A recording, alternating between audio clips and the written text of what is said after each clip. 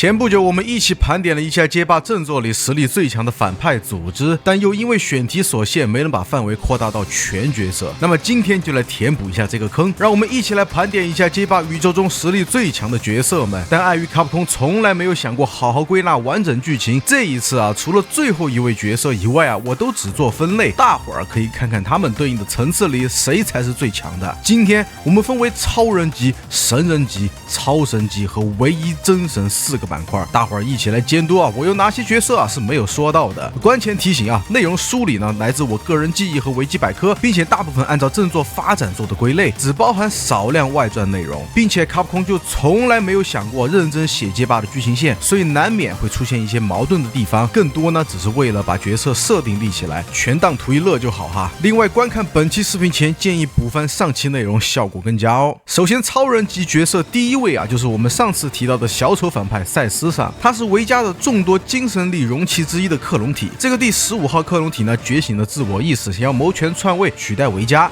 虽然最后被朱莉捅了刀子顺势被维嘉拿下，但单纯从实力来讲，自身因为可以吸收格斗家招式的丹田引擎在手，实力比普通角色来说怎么都要强上一点的。离开人家朱莉装个风水都实力大增，丹田各种吸收也自然不在话下。不过你的丹田引擎可以吸收别人的招式，可是神仙们的各种特效肯定是吸不来的，自然而然放在超人级的板块可以说是非常准确啦。接下来的角色同样是比较小丑吧，在整个故事里都是给主要人物长经验用的，而且官方对他的内容透露也相对较少，就是5代的新角色内卡利。他是打赢复活赛的古代战士，专门吞噬强者的灵魂，结果每次出场不是给别人送经验就是在送经验的路上，最后还帮龙觉醒了更强大的力量。官方对他的描述少之又少，感觉就是刻意为了凹显罗马数字5而强行做出来的角色，但基于设定都说是专门吞噬强大战士灵魂了，自然而然普通人物登场应该是打不过他的了。第3位我要归类入榜的角色是光明会的2把手尤里安，在故事线中比较拿得出手说到的就是他和吉尔都是过去1024名候选人出现的狠角色，尽管没和其他大人物明确交手过，但经常输给自己的哥哥吉尔，多多少少也不会菜的没边儿吧。唯独只有一次疑似绑架丽芬的时候输给了春丽，不过他自己也是一个操纵金属与闪电的超能力者，比一般人强一点也没有什么毛病吧。第4位的话，我要把钢拳归类到这个板块里。其实按理说好歹人家都是红白人的师傅了，实力毋庸置疑的强吧，但在曾经的故事记载中似乎不敌好鬼的一瞬千机，尽管最后活了下来。在4代的故事里也曾和好鬼再次交手，但最终结果官方没有给出明确的透露，而且在5代仅在游戏开篇的新手教学里出现过和龙交流心得，奈何这角色戏份实在是太少，加上钢拳排斥杀意，对后续虚无之力的修炼也没有明确说明，所以说清他的实力到底如何，如今是否把虚无之力发挥得炉火纯青还是得等官方在未来给他的设定做补充吧。所以这个没有跟上版本的老东西实力就先放在超人这个板块了。还有一位有意思的角色 G，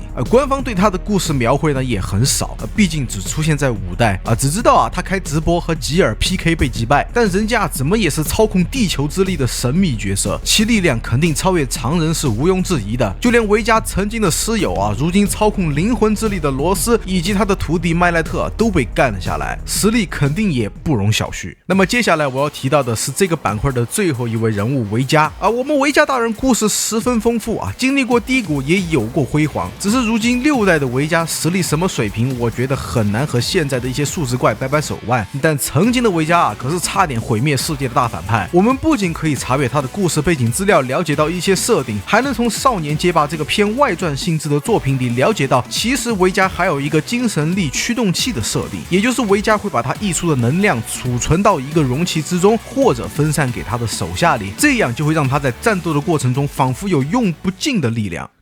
话说回来当年维嘉在5代故事里可是神挡杀神，佛挡杀佛哟。要不是最后同样打赢复活赛的纳什给维嘉上了一个 debuff， 加上龙成功觉醒了虚无之力，不然在当时的时间线上还真就迎来了世界末日了可尽管巅峰时期的维嘉如此可怖，也始终不敌舜御杀的一根，甚至在接下来的板块里，大家都可以以它为计算单位来评估后面的角色可以科秒多少个维嘉了。那么维嘉都才是我个人榜单中超人级的角色，后面的盘点就开始无限接近神的级别了。好的，神人级第一位角色，我要把人气角色沙溢龙放进这个板块。这种与常态下主角的对立面反差，再加上更帅气的招式，很难不让人喜欢不上这个角色。一切的渊源都来自暗杀拳传统。练习这套招式的人非常容易走火入魔，变得嗜血残暴。但是因为龙自身是非常抗拒这种状态，常年都在和自己的心魔做斗争。但在很多次龙快要打不过对手的时候，心中的杀意就会喷涌而出。尤其是好鬼就特别想和杀意状态下的龙进行对战。在少年街霸中，沙溢龙的结局里倒是把好鬼击败了，不过从正常的世界线来看，肯定是干不过好鬼的。人家好鬼每天修行都在不断提升自己暗杀拳的实力水平，你龙刚进入状态就想干掉一个全程开大无 CD 的好鬼，显然是不太可能的。不过为什么他能上榜神人级别，就是后来在终极街霸2的时间线上，依旧轻松干掉了维嘉这个小趴菜不过这里我要告诉大家的是，在5代的故事里，龙拒绝并克服了杀意，习得了虚无之力，但也导致被拒绝后的杀意具象化成了我们在游戏中玩到的卡给，而实体化后的卡给呢，可以轻松击败沙加特这种人类 BOSS 级的角色，但依旧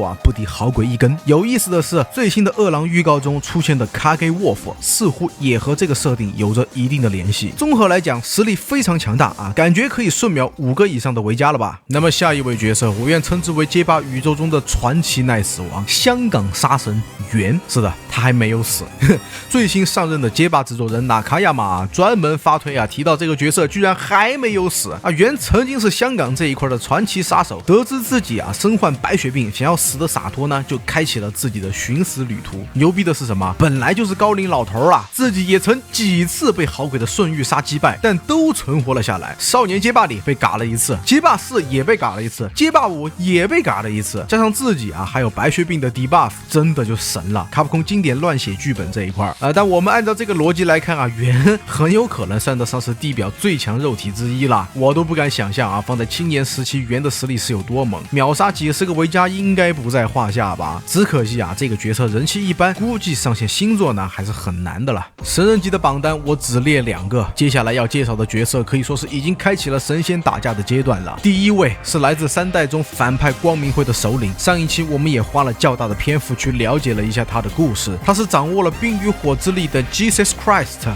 不仅可以随意操控冰火的力量，背后有着3双天使翅膀，一招炽天使之翼可以说是毁天灭地，并且自己呢还能看广告复活自己。游戏里就是挨了一炮好鬼的瞬御杀，看广告马上就复活了。在官方授权的漫画中，还曾凭一己之力同时干趴了沙溢龙和恶鬼状态下的好鬼。但官方漫画是否属于正史呢？他不好说，但也足以了解到吉尔在整个街霸宇宙中的角色定位了吧。下一位我就得说说我们永远的主人公龙了在5代之前的龙其实一直都算是超人级别的角色，即便杀意化了也就随便秒杀几个维嘉而已。但在他真正领悟虚无之力之后，不仅把维嘉打得魂飞魄散，就连后续的剧情中也终于和好鬼打得有来有回了。我觉得反而是龙继承了钢拳的遗志，把虚无之力发扬光大了。而且刚才虽说吉尔同时把龙和好鬼都打回了原形，但在漫画结局里依旧败给了龙。尽管龙这个角色也在不同的时间线中有着不同的版本，但人家毕竟是主角，再牛逼的 BOSS 放到最后也会输给他。反而敌人越强大，才显得龙越厉害吧。所以龙我放在现在这个超神级的板块里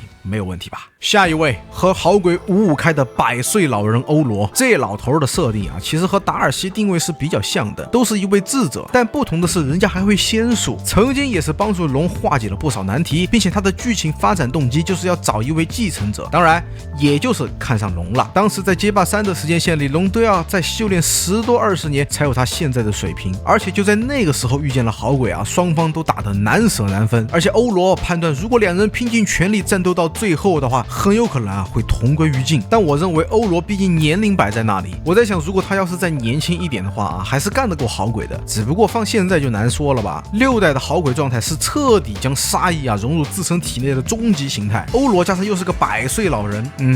我估计悬，但综合实力上也绝对是排得上 top 5的，秒杀几百个维嘉不在话下。OK， 重量级的好鬼来了。如果说好鬼在整个街霸宇宙中实力排名第2的话，我认为真的就只剩下欧罗、吉尔和龙能做他的对手了。好鬼不仅数值十分夸张，在过去的几十年里还经历了不同的形态，光在正作里就有神好鬼和恶鬼这种极端状态，而且为了彰显神好鬼的强大，常常作为游戏里的隐藏 BOSS 与玩家对战，而且恶鬼甚至有超越神好鬼存在的说法，更别提现在的好鬼彻底征服了沙溢，又是一次境界的突破。但真要赌上他们的性命认真打的话我估计吉尔和欧罗都不太行了，也就只有主角光环的龙能拼个你死我活了吧。当然这个只是我的臆想罢了，毕竟现在都是善良形态了，这种生死搏斗的生涯对于好鬼来说应该是彻底结束了哈。不过这个板块有一个奇妙的设定，就是未来的新角色艾里克斯曾经也击败了吉尔，都属于4神级别的存在了，但好像在后来的故事里又被龙击败。虽然这些都是游戏中明确的设定，但我感觉更多是因为他是3代的主角，必须要获胜才行。漫画里呢也是被吉尔上了身，然后被龙击败，实际上他其实也就是一个很厉害的摔跤手而已。所以艾里克斯到底实力如何呢？我觉得不妨留给大伙儿来讨论吧。终于又到了我为了一碟醋包了一盘饺子的环节了。如果说以上的这些人物呢都属于神仙打架的话，我接下来要提到的角色就是超越3界之外，自由在不同的宇宙平行线中旅行的欧巴酱。那么这个街霸宇宙最强角色呢，就是今年季票里最后一位登场的角色英格丽特。英格丽特最开始呢，并非属于街霸正作的角色，而是来自放弃开发的游戏卡普空全明星中的角色，都是在后来的卡普空进化和少年街霸里才逐渐登场的人类。没错，尽管我英格丽特4000岁了，还能随时随地时空旅行，轻而易举就能秒杀所有已知登场的角色，但我依然是一个哥特风格的魔法少女罢了。设定中她是一个叫做 Code Holder 组织的成员之一为什么那么强呢？是因为这些 Coder 呢都觉醒了神的力量。这个主要有3位登场成员，另外2位分别是 Rock 和 DD。 他们之所以被叫做 Holder 呢，是因为他们分别拥有着不同能力的文章。 Rock 的文章呢是堕落天使， DD 的文章呢是雷之女神，而英格丽特的文章是永恒女神。这也解释了为什么这个老太婆4000岁了还生龙活虎的原因在她首次登场的外传作品卡普空进化中，她击败了关底 BOSS 派龙。这个派龙的样子也就是街霸5吉尔的其中一个服装，他就是恶魔战士平行线中的宇宙大魔王。据说在好鬼的故事结局中坠落的陨石就是派龙被英格丽特打败，玩不起扔了一个过去，结果好鬼一发百鬼突破大气层，一拳把陨石干个稀碎，拯救了地球。而好鬼呢也是妥妥的大好人后来的英格丽特时空旅行到了少年街霸的平行线里，这个平行线中的维加呢也是另一个巅峰版本。泰国地图的卧佛实则是他 Psycho Power 的能量储备装置，结果被人家英格丽特轻松拿捏这个小趴菜还把这个装置给带走了，也是为之后的几部作品中维加实力削弱做出了比较合理的解释。在他与维加的对话中还可以得知什么精神力、灵魂力其实都来自英格丽特的力量，甚至在某一个时间线里，英格丽特自己随便搞的一个玩具潘多拉魔盒不小心落在了地球，就导致了街霸与铁拳的平行线重叠，2大 IP 就开始为这个魔盒写着有趣的故事。然而这一次英格丽特确定为街霸6赛季3的最后一位角色登场，就意味着这个实力超脱3界之外的旅行者或许真正找到了他的归宿。我十分期待他在街霸宇宙最新的时间线上会发生什么有趣的故事呢？大家喜欢这个千岁老 baby 吗？你心中最强的角色会是谁呢？弹幕评论告诉我。那么以上就是我为大家盘点的街霸宇宙中实力最强的角色们，如果还有哪些角色遗漏掉了欢迎大家积极补充。再次声明一下，街霸的剧本都只是为了凹陷人设出发的，卡普空没有想过正儿八经写好一个故事，所以内容或者解读都会存在着不同视角出发的情况，大伙儿呢当一乐就好了千万不要带入进去了。最后一个问题，如果我不是秃头，你还愿叫我一声艺术家吗？我是秃头，一位草根艺术爱好者，我们下期再见。